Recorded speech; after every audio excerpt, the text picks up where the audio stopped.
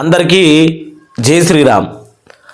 ఆంధ్రప్రదేశ్ ప్రజానికానికి కూటమి ప్రభుత్వం అందిస్తున్నటువంటి దసరా కానుక అని చెప్పుకోవచ్చు. ఎందుకంటే 14 రకాల పింఛన్లు, అలాగే దరఖాస్తుకు ఏ విధంగా దరఖాస్తు చేసుకోవాలి.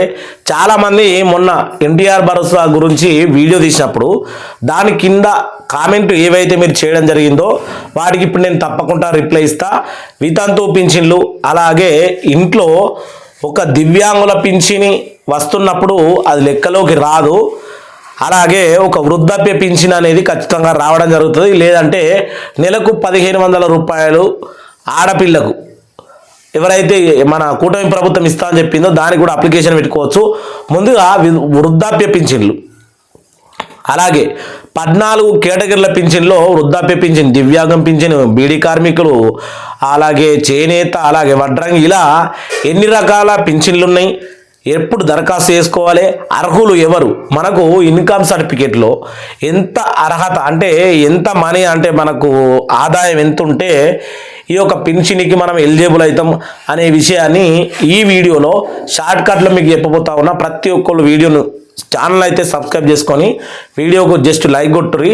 వీడియోని ప్రతి ఒక్కరికి షేర్ చేస్తారని కోరుకున్నాను. ఎందుకంటే మన ఛానల్ కింద హైప్ బటన్ అనేది ఉంటుంది. వీడియోని షేర్ చేయకున్నా కానీ కనీసం హైప్ బటన్ వచ్చినా కానీ యూట్యూబ్ అనేది షేర్ చేయడం, యూట్యూబ్ కొత్తగా తీసుకొచ్చిన రూల్స్ అన్నట్టు. ప్లీజ్ హైప్ బటన్ అన్న నొక్కండి.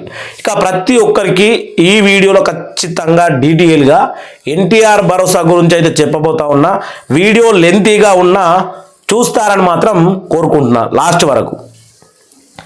ఎన్టీఆర్ భరోసా గురించి మనకు వచ్చినటువంటి సమాచారం ప్రకారం ఎప్పటి నుంచి దరఖాస్తులు, చాలామంది కూటమి ప్రభుత్వం వచ్చిన నుంచి మనకచ్చిన కామెంట్లోనే 22 కామెంట్లలో రకరకాల సమస్యలతోటి కామెంట్లు చేశారు. వాళ్ళందరూ కూడా ఈ వీడియో చూస్తే నాకు కూడా చాలా సంతోషమే. ఎన్టీఆర్ భరోసా పింఛన్ అర్హతలు ఏమిటి, ఎలా దరఖాస్తు చేసుకోవాలి అనే విషయం పైన ఆంధ్రప్రదేశ్ ప్రభుత్వం ఇచ్చినటువంటి అప్డేట్. ఆంధ్రప్రదేశ్ ప్రభుత్వం రాష్ట్రంలోని పేదలకు గౌరవప్రదమైన జీవితాన్ని అందించడం కోసం, ఆర్థికంగా అండగా నిలవడం కోసం ఎన్టీఆర్ భరోసా పెన్షన్ పథకాన్ని అమలు చేస్తోంది. ఈ పథకం కింద వృద్ధులు, వికలాంగులు, వితంతువులు, ఒంటరి మహిళలు, నేత కార్మికులు, కళ్ళు గీత కార్మికులు, ట్రాన్స్జెండర్లు, దీర్ఘకాలిక వ్యాధులతో బాధపడుతున్న వారు, అలాగే వారికి ఆర్థిక సాయం అందిస్తోంది ఎన్టీఆర్ భరోసా కింద. అందిస్తున్న విధి విధానాల పింఛన్లు అర్హతలు ఏమిటి, ఎలా దరఖాస్తు చేసుకోవాలి, ఎవరికి ఎంత పింఛన్ ఇస్తున్నారు, ఫిర్యాదులు ఉంటే ఎవరికి సంప్రదించాలి, తదుపరి పూర్తి వివరాలు మనం ఇప్పుడు తెలుసుకునే ప్రయత్నం అయితే చేద్దాం. ఎందుకంటే చాలా మంచి ముచ్చట. మనకు పింఛన్ పొందడమే కాదు, ఇగో ఆంధ్రప్రదేశ్లో మొత్తానికి పింఛన్లు ఏ విధంగా అంటే ఎన్టీఆర్ భరోసా కింద 4000 రూపాయల నుంచి 15,000 వరకు ఆర్థిక సాయం అందిస్తున్నారు. అది ఏ కేటగిరీ వారికి 4,000, ఏ కేటగిరీ వారికి 15,000 అనేది కూడా ఇప్పుడు స్పష్టంగా ఇక్కడ మనకు ఇవ్వడం అయితే జరిగింది. ఎన్టీఆర్ భరోసా కింద ఇగో ఇది ఎన్టీఆర్ భరోసా కింద మనకు విభాగాలు, ఎవరెవరికి ఎంతెంత పింఛన్ ఇవ్వాలి, ఎవరెవరికి ఏమేమి ఇవ్వాలి అన్నది విషయాన్ని మనకు ఇవ్వడం జరిగింది. చూసుకుంటే ఎన్టీఆర్ భరోసా పెన్షన్ పథకంలో భాగంగా అందిస్తున్న 14 రకాల పెన్షన్లు, 14 రకాలు కనిపిస్తున్నాయా, ఇగో 14 రకాలు. వృద్ధాప్య పెన్షన్ నెలకు 4,000, వితంతుల పెన్షన్ నెలకు 4,000, ఒంటరి మహిళా పెన్షన్ నెలకు 4,000, ఇక వికలాంగుల పెన్షన్ నెలకు 6,000 లేదా 15,000. ఒక కాలు పని చేయకుంటే, ఒక చెయ్యి పని చేయకుండా 6,000 రూపాయలు, 2 కాళ్ళు పని చేయకుండా, 2 చేతులు పని చేయకుండా ఉన్న వాళ్లకు 15,000 రూపాయలు ఇవ్వడం అనేది ఖచ్చితంగా జరుగుతుంది. కానీ వీళ్ళకు సడ్డాం సర్టిఫికెట్లో ఖచ్చితంగా ఎంత మనకు పర్సంటేజ్ 40% కంటే ఎక్కువ పర్సంటేజ్ రావాలా సడ్డాం సర్టిఫికెట్లో.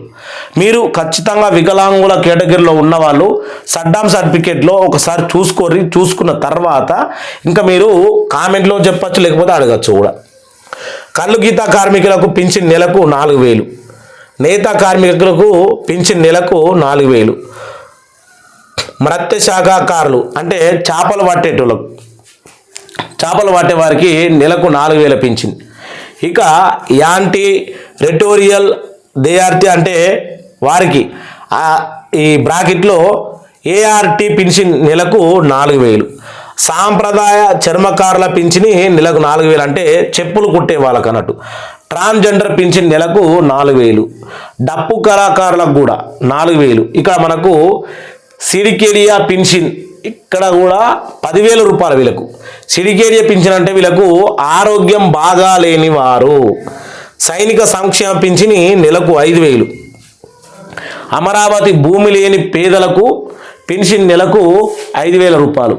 ఎవరైతే అమరావతిలో భూములు లేక రాజధాని కోసం కొంతమంది జగన్ ప్రభుత్వం ఉన్నప్పుడు దోపిడీ జరిగింది, భూములు లాక్కున్నారు, దౌర్జన్యం జరిగిందని చాలామంది ఫిర్యాదు చేసిన వాళ్ళకు కూడా ప్రభుత్వం 5,000 రూపాయలు ఇవ్వడం జరిగింది. అమరావతిలో ఉండి అంటే విజయవాడలో ఉండి భూమి లేక ఉన్న ప్రతి ఒక్కరికి 5,000 రూపాయలు పింఛన్ అనేది ఇవ్వడం జరుగుతూ ఉంది. దీనికి ఏమేమి దరఖాస్తు కోసం ఏమేమి పత్రాలు కావాలి, ఇప్పుడు పింఛన్లు ఇస్తామనగానే కాదు దీనికి ఏమేమి ఉండాలి అనే విషయాన్ని కూడా స్పష్టంగా మనకి ఇవ్వడం జరిగింది. అది ఏంది అనేది ఒకసారి చూద్దాము. వృద్ధాప్య పింఛన్కి దరఖాస్తు చేసుకునేందుకు కావలసిన పత్రాలు: ఆధార్ కార్డు, రేషన్ కార్డు, కుల ధృవీకరణ పత్రము, ఆదాయ ధృవీకరణ పత్రం అంటే ఈ ఆదాయ ధృవీకరణ పత్రము, కుల ధృవీకరణ పత్రం. కుల ధృవీకరణ పత్రము మత్స్యకారులకు, అలాగే చేనేత వాళ్ళకు, అలాగే కల్లుగీత కార్మికులకు, ఇంకా ఇలాంటి కేటగిరీలో కులాల పింఛని పొందుతున్న వాళ్ళకు కుల ధృవీకరణ పత్రం అవసరం ఉంటుంది. ఆదాయ ధృవీకరణ పత్రం అందరికీ అవసరమే, ఒక్క దివ్యాంగులకు తప్పించి. ఎవరైతే దివ్యాంగులు ఉంటారో మరి వాళ్ళకు కూడా తీసుకుంటుందో. ఇప్పుడు కూటమి ప్రభుత్వం ఒకవేళ లేదు కానీ ఖచ్చితంగా దివ్యాంగులకైతే ఖచ్చితంగా ఏది ఆదాయ ధృవీకరణ పత్రం అవసరం ఉండదు. ఓన్లీ సడ్డాం సర్టిఫికెట్లో దివ్యాంగులు అని తేలితే మాత్రం పింఛన్ ఇవ్వాల్సిందే. ఇక అందరికీ ఈ యొక్క ఆదాయ ధృవీకరణ పత్రం అనేది కంపల్సరీగా అవసరం. ఎందుకంటే నీకు ఎంత పరిమితి సంవత్సరానికి ఆదాయం ఉంటే ఆ లోపల ఉంటేనే పింఛన్. ప్రభుత్వము 2 లక్షల రూపాయలు నీకు సంవత్సరానికి ఆదాయం ఉంటేనే పింఛన్ ఇస్తా అంటే లోపలనే ఉండాలి. 2,20,000 30,000 ఉంటే పింఛన్ అనేది రాదు. అది అన్నట్టు క్లారిటీగా. ఇక మనకు Aadhaar update, history xerox, Aadhaar కూడా అప్డేట్ చేసుకునేది ఉండాలి. ఇక్కడ మనకు రెండోది వితంతు పెన్షన్ అండ్ విండో పెన్షన్ పథకం. భర్త చనిపోయిన మహిళలకు అర్హులు వివాహ చట్టం ప్రకారం 18 సంవత్సరాల అంతకంటే ఎక్కువ వయసు ఉండాలి. అంతకంటే ఎక్కువ వయసు ఉండి పెళ్ళైన తర్వాత భర్త కనుక చనిపోతే వాళ్ళకు పింఛన్ అనేది ఇవ్వడం జరుగుతుంది. వీటితో పాటు ఇంకా పైన పేర్కొన్న అర్హతలు ఎన్టీఆర్ భరోసా పింఛన్ పథకానికి అర్హతలు ఏమిటి అని కలిగి ఉండాలి. ఇది మనకు ఈ రకమైన పింఛన్లు ఇక్కడ కనిపిస్తున్నటువంటి ఈ రకమైన పింఛన్లన్నీ పొందాలంటే ఖచ్చితంగా మనకు ఎన్టీఆర్ భరోసా పింఛన్ల కోసం దరఖాస్తు చేసుకోవాలంటే మనకు ఈ ఆగస్టులో ఎవరెవరికైతే పింఛన్లు లేవో వాళ్ళందరికీ మళ్ళా కొత్తగా పింఛన్లు దరఖాస్తు చేసుకునే విధానం తీసుకురాబోతుంది కూటమి ప్రభుత్వం. మీరందరూ ఆంధ్రప్రదేశ్ ప్రజలు మనం కావాలని కూటమి ప్రభుత్వాన్ని గెలిపించి ఆ 11 పార్టీ ఎమ్మెల్యేలకు అంటే ఏదైతే జగన్ పార్టీకి 11 సీట్లు ఇచ్చినాం కాబట్టి కూటమి ప్రభుత్వం ఖచ్చితంగా నిరుపేదలకు సహాయం చేస్తుంది, నిరుపేదలకు పేద బడు బలహీన వర్గాలకు అండగా నిలబడుతుందని నేనైతే ఆశిస్తున్నా. మరి మీ లోపల ఉన్నటువంటి అభిప్రాయాన్ని, మీకు ఒకవేళ జరుగుతున్నటువంటి అవకతవకలు ఏ జిల్లా ఏ మండలు అలాంటి కామెంట్లు కూడా చేస్తే నేను కామెంట్లను కూడా ఇక్కడ చూపించబోతున్నాను. ఎందుకంటే కూటమి ప్రభుత్వం అయినప్పటికీ ఏ ప్రభుత్వమైనా ప్రభుత్వాన్ని ప్రశ్నించకపోతే అధికార మదమెక్కి అధికార దాహంతో ఖచ్చితంగా ఎవ్వరు కూడా నిర్లక్ష్యం చేస్తూ ఉంటారు. ఇటు చంద్రబాబు కావచ్చు, నారా లోకేష్ కావచ్చు, పవన్ కళ్యాణ్ కావచ్చు, ఇంకా ఎవరైనా కావచ్చు. కాబట్టి ఖచ్చితంగా ప్రజల లోపాలు, ప్రజల అవస్థలు మనకు రావాలి, మన దృష్టికి రావాలి. దానికోసం మీరు చేయవలసిందల్లా ఏమీ లేదు, కింద కామెంట్ చేయండి.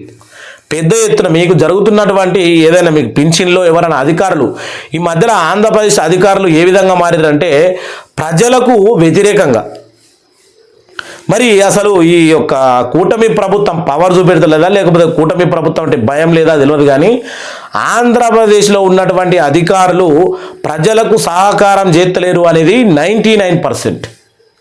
చాలా మందిలో వ్యతిరేకత ఉంది అధికారుల మీద.